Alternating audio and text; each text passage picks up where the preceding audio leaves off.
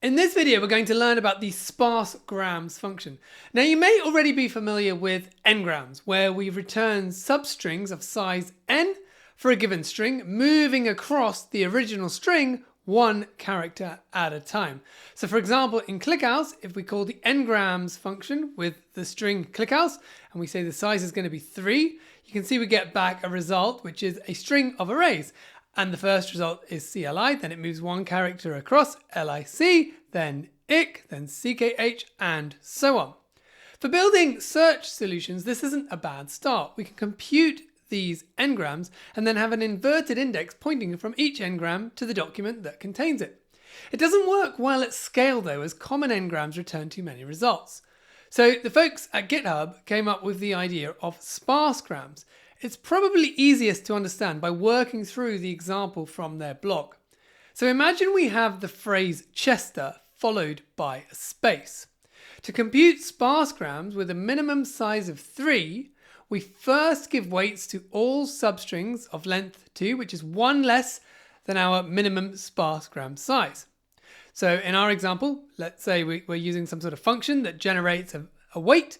So CH is 9, HE is 6, ES is 3, ST is 1, and so on. Next, we recursively go over the string, covering all the substrings of size 3 characters or bigger. And for each one, we'll get the weights for the bigrams, in this case, because it's n-1, at the borders of the substring, so the beginning and the end. And we'll then compare those weights to the weights of the bigrams inside the substring. And as long as those inner weights are smaller than the border weights, we'll keep the substring. Let's try it with our Chester string, and remember we have n equals 3.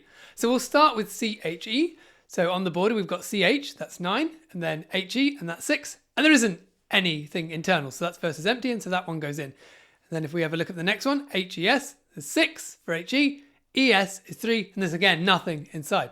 And so you see that will basically get us all the trigrams will be returned because there is nothing to compare them to inside the string.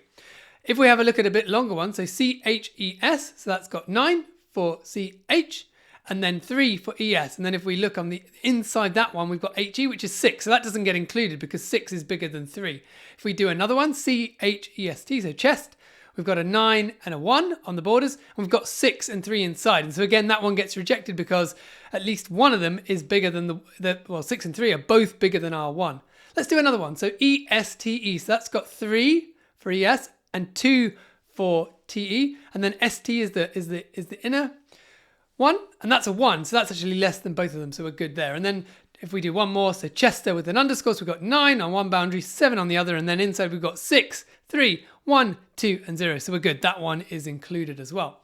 Okay, let's now see how to do this in ClickHouse. So if we have a look at the function page, you can see the signature of the function, so it takes in a string, a minimum ngram length with a default of 3, and a maximum ngram length with a default of 100. And it's going to return, similar to ngrams, an array of selected substrings.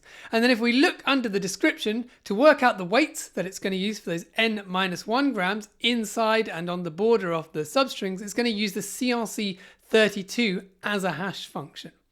If we then update our query to call SparseGrams on that ClickHouse bit of text, you see it comes back with a few more results. It's maybe a little bit easier to see if we first compute a diff between the SparseGrams and the ngrams using array filter, and then we'll just sort the SparseGrams into order and we'll run that query. And you can see now the ngrams and the SparseGrams are all in the same order, so we can see the first few values are the same, and then at the end we've got these extra values that have been computed by using the SparseGram function. And this function could then be used as part of the creation of a search index.